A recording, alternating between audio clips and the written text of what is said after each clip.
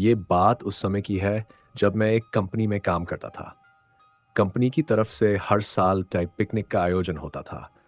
लेकिन इस बार हम एक रिसोर्ट में गए थे। वहाँ एक बड़ा-सा स्विमिंग पूल था। हम सब स्विमिंग पूल में नहाने के लिए गए। तभी मेरे एक दोस्त ने कहा, "चलो एक शर्त लगाते हैं, जो इस सिक्के को पानी से बाहर निकालेगा, उसे इनाम मिलेगा।" उसने सिक्का पानी में फेंक दिया। एक-एक करके सबने कोशिश की, लेकिन कोई भी सिक्का निकाल नहीं पाया, क्योंकि सिक्का बहुत गहराई में था।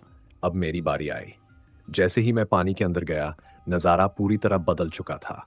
स्विमिंग पूल अब एक कब्रिस्तान बन चुका था और एक कब्र के सामने एक लड़की खड़ी थी। उसका चेहरा ढका हुआ था, लेकिन वो सिक्का उसके हाथ में था। उसने मुझे इशारे से बुलाया।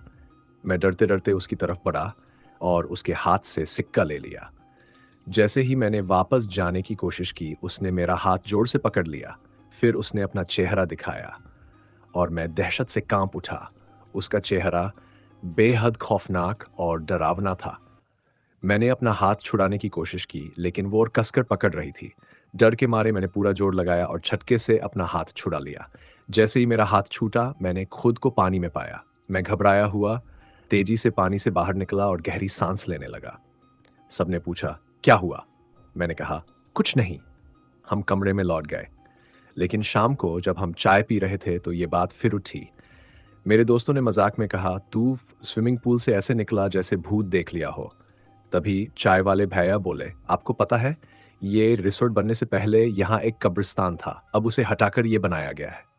उनकी बात सुनते ही मेरी रूह कांप गई। तब मुझे समझ आया कि जो मैंने देखा था, वो सच था। उस दिन के बाद मैंने उस जगह कदम भी नहीं रखा।